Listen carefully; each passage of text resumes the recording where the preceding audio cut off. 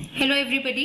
आज मैं आप लोगों को सीबीएसई बोर्ड टर्म 1 जो 2021 15 दिसंबर को एग्जाम हुआ है इकोनॉमिक्स का, कोड जिसका है 58/3/4, उसके आंसर्स बताने जा रही हूँ जो मेरे हिसाब से होने चाहिए। डिटेल्ड एक्सप्लेनेशन मैं आप लोगों को नहीं बताऊंगी यहाँ पर। Will quickly just look at the options जो होने चाहिए। सो फर्स्ट में जो ऑप्शन मुझे दिख रहा है LPG connection free distribution poor people को दिया जाता है, वो objective of government budget. C should be the option here. I quickly just tell you the answers. Export and import जो है वो बैलेंस ऑफ ट्रेड में मर्केंटाइज यहाँ पर आंसर होना चाहिए, मर्केंटाइज कॉम्पोनेंट है। फिर in the context of commercial banks which of the following alternatives is correct. यहाँ पर पहले 3 करेक्ट हैं, 4th वाला करेक्ट नहीं है। एग्रीकल्चरल एंड रूरल डेवलपमेंट के डिपॉजिट्स वर्ल्ड बैंक से नहीं लेता है, ठीक है। So first, second and third, that is C option should be the correct option here. Question number 4, odd one out, balance of payment के रेस्पेक्ट में जो ऑड वन आउट होना चाहिए। So investment by Indian investors under the Make in India programme. Indian investors ही अगर invest कर रहे हैं तो ये बीओपी का कंपोनेंट नहीं होना चाहिए। 5th में डिमोनेटाइजेशन से रिलेटेड 2 स्टेटमेंट्स गिवन थे, दोनों ही स्टेटमेंट्स यहाँ पर करेक्ट होने चाहिए मेरे हिसाब से। आई जस्ट होप कि ये सीबीएसई के आंसर की से भी मैच करें ऑप्शंस। सो आप प्लीज एक बार मैच जरूर कीजिएगा। स्टॉक ऑफ मनी जो हम चेक करते हैं वो at a particular point of time check करते हैं, तो D should be the option. Domestic currency को छोड़कर बाकी जो सभी करेंसीज होती हैं उनको फॉरेन एक्सचेंज बोला जाता है, ना कि फॉरेन एक्सचेंज रेट और फॉरेन एड। सो यहाँ पर D should be the option, that means only 2। Question number 8 में गवर्नमेंट बजट से रिलेटेड 2 स्टेटमेंट्स हैं, दोनों ही स्टेटमेंट्स मेरे हिसाब से ट्रू हैं। A should be the option. Detailed आपको किसी की भी इंफॉर्मेशन चाहिए, डिटेल्ड कंसेप्चुअल क्लैरिटी चाहिए तो do right us in the comment box. Question number 9 में देखें तो यहाँ पर जो करेक्ट ऑप्शन है, करेक्ट स्टेटमेंट यहाँ पर है वो सी है, क्योंकि करेंट अकाउंट डेफिसिट जो है वो foreign exchange receipts current account के केवल कंपोनेंट्स को देखता है। So C should be the correct option यहाँ पर।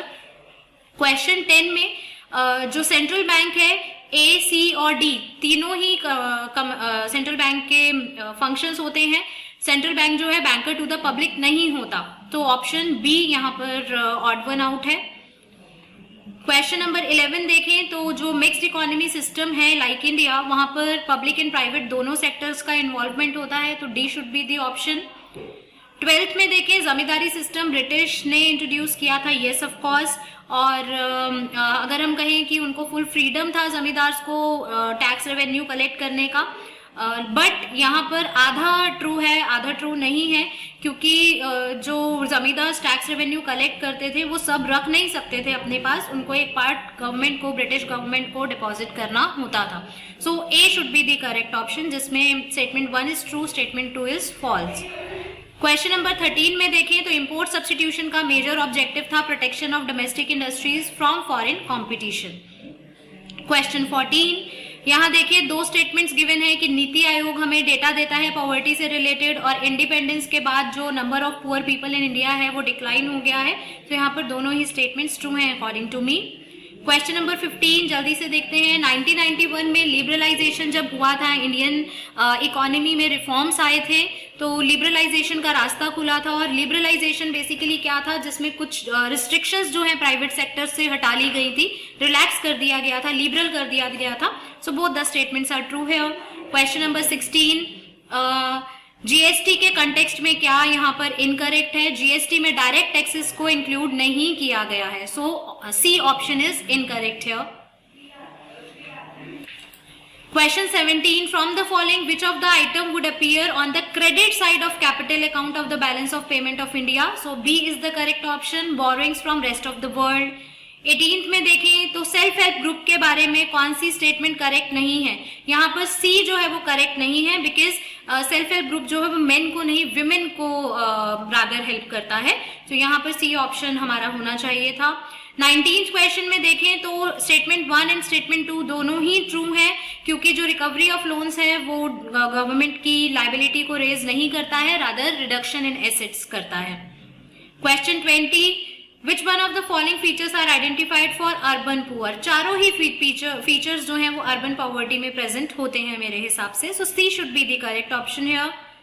Ministry of Finance 1 rupee note and coins issue करता है, हम सबको पता है। So C is correct option है, बहुत प्रेडिक्टेड सा आंसर था इसका। क्वेश्चन 22 में low level of literacy, high mortality rates and low life expectancy जो है वो हमारे डेमोग्राफिक कंडीशंस थी on the eve of independence. So D is the correct option है। क्वेश्चन 23 सब्सिडीज के पूछा जा रहा है कि सब्सिडीज के फेवर में कौन सा आर्ग्यूमेंट नहीं है। तो पहले तीनों आर्ग्यूमेंट सब्सिडीज दिए जाने के फेवर में है, जबकि डी ऑप्शन जो है वो सब्सिडीज दिए जाने के फेवर में नहीं है। सो डी इज द आंसर है। क्वेश्चन 24 यहाँ पर सी ऑप्शन होना चाहिए, क्योंकि अगर हम कॉलोनियल पीरियड की बात करें तो उसमें एक्सपोर्ट सरप्लस जनरेट हुआ था due to our handicrafts and all. बाकी तीनों स्टेटमेंट्स यहाँ पर करेक्ट नहीं है। Moving ahead with section B, question 25 portfolio investment होती है जब फॉरेन इन्वेस्टर कंट्री में इंडियन मार्केट में किसी भी फाइनेंशियल एसेट में इन्वेस्ट करता है, that is shares, debentures, bonds etcetera. So only 3 is the correct option here, that is C option. Question 26 statement दोनों ही ट्रू हैं।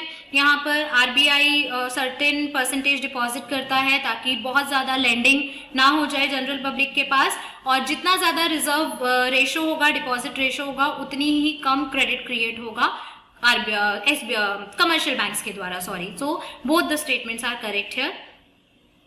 क्वेश्चन 27 यहाँ पर पूछा गया है कि आईपीआर के रिलेशन में कौन सा जो है वो वैलिड नहीं है। तो पहले 3 वैलिड है, 4th ऑप्शन वैलिड नहीं है, D should be the option.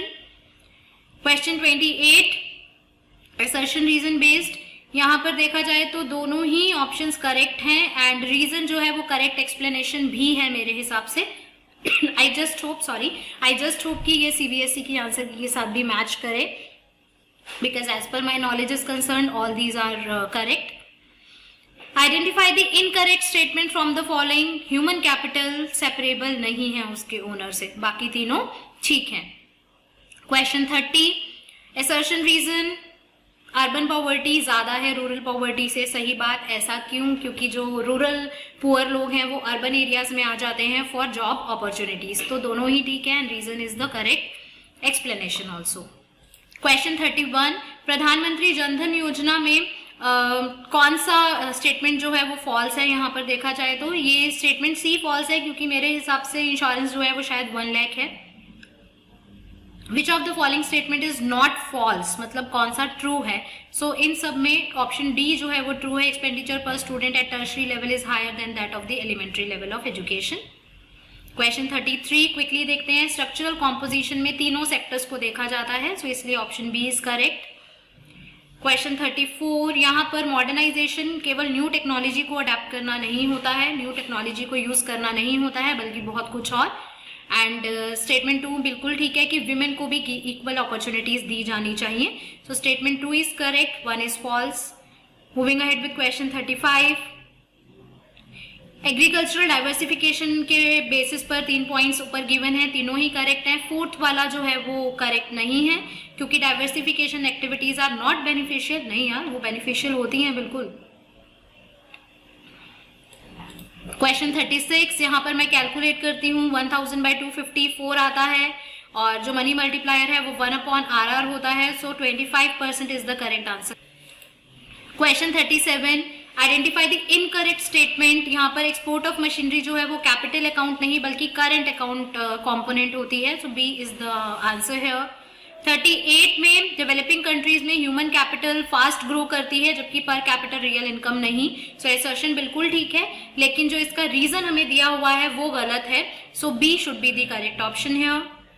Question 39 agriculture से related storage, processing, transportation, packaging etcetera etcetera, ये सब एग्रीकल्चरल मार्केटिंग का पार्ट होते हैं। सो ऑप्शन डी। क्वेश्चन 40 यहाँ पर इंडिया को अगर ग्रो करना है तो रूरल एरियाज को भी डेवलप करना है, तो कौन सा इनकरेक्ट है? इनकरेक्ट यही है कि जो मेजॉरिटी ऑफ रूरल पीपल हैं उनके पास बेसिक नेसेसिटीज ऑफ लाइफ हैं। ऐसा नहीं है, हम सबको पता है सबके पास रूरल एरियाज में बेसिक नेसेसिटीज नहीं है। So option D is the correct answer है। Question 41 assertion reason based again, notes and coins are the only source of money supply in the economy. No, हमने पढ़ा था ना M1 M2 सब money supply के components उसमें different पढ़े थे। सो रीजन कह रहे हैं डिमांड डिपॉजिट्स भी कंपोनेंट होते हैं मनी सप्लाई का। Yes, so assertion is false, reason is true. D is the answer है।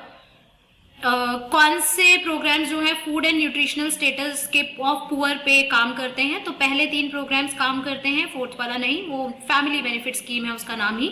So B is the option है।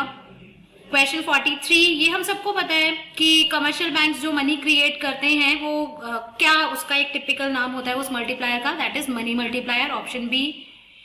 क्वेश्चन 44, यहाँ हमें ट्रेड डेफिसिट गिवन है, एक्सपोर्ट्स गिवन है, transfer payment current trade deficit का पार्ट नहीं होते हैं।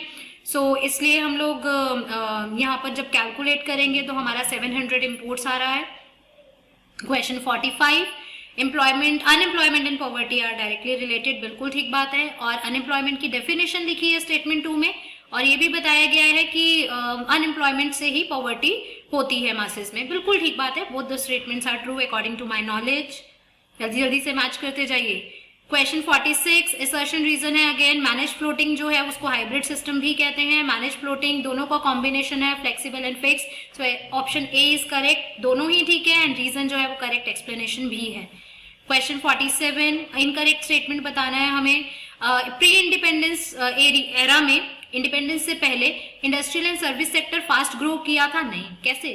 ब्रिटिश ने तो कुछ काम ही नहीं किया था इंडस्ट्रीज पे हमारी, ठीक है। So B is the correct option है। 48, कौन सी एपेक्स ऑर्गेनाइजेशन है जो क्वालिटी स्कूल एजुकेशन से रिलेटेड है? NCERT, हमारा फेवरेट, ऑप्शन डी। अब यहाँ पर जल्दी से मैंने कैलकुलेट करके आंसर्स रखे हैं तो मैं आपको बताती जाती हूँ। Physical deficit is 7.96, option B आ रहा है मेरा। Primary deficit is 7.08, again option B. Revenue deficit होता है revenue expenditure minus revenue receipts, option D. Question 52, non tax receipts dividend होती हैं हमारी। क्वेश्चन 53 देखें तो ओल्ड एज पेंशन जो है वो गवर्नमेंट के रेवेन्यू एक्सपेंडिचर का एग्जांपल है, बिकॉज रूटीन नेचर के एक्सपेंडिचर होते हैं। Question 54, borrowings of the world from the world bank, वो हमारी डेट क्रिएटिंग कैपिटल रिसीट्स होती हैं जिससे हमारी लाइबिलिटीज यानी गवर्नमेंट की लाइबिलिटीज इंक्रीज होती हैं। अब मैं केस स्टडी नहीं पढ़ रही हूँ, आप लोगों ने पढ़ी हुई है। सो क्वेश्चन 55, जो बच्चे केस स्टडी पढ़ना चाहते हैं, you just can take the screenshot and read it out. Question 55, assertion reason based again, globalisation से higher inflows of foreign exchange हुए हैं इंडियन इकोनॉमी से, सही बात है। और globalisation implies integration of domestic economy with the rest of the world, बिल्कुल ठीक बात। तो असर्शन एंड रीजन दोनों ठीक है। असर्शन रीजन जो है वो करेक्ट एक्सप्लेनेशन भी प्रोवाइड कर रहा है असर्शन की। विच of the following is not a feature of MSME?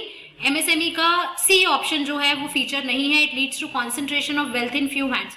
यार कोई भी कंट्री या कोई भी प्लान या कोई भी प्रोग्राम कभी भी नहीं चाहेगा कि जो कॉन्सेंट्रेशन ऑफ वेल्थ हो किसी भी कंट्री में वो फ्यू हैंड्स में हो। सो ऑप्शन डी यहाँ पर आंसर होना चाहिए। क्वेश्चन 57, इनकरेक्ट स्टेटमेंट हमें बतानी है। तो यहाँ पर इनकरेक्ट स्टेटमेंट मेरे हिसाब से है MSMEs are the nominal source of employment in India. बहुत कम सोर्स देते हैं एम्प्लॉयमेंट का, ऐसा नहीं है, बहुत सारी सोर्स ऑफ एम्प्लॉयमेंट वो जनरेट करते हैं। Identify the incorrect statement again. So MSMEs accounts for more than 50% of exports. B is the incorrect statement. 59, vocal for local initiatives of the government of India is a boon for MSMEs segment as it is.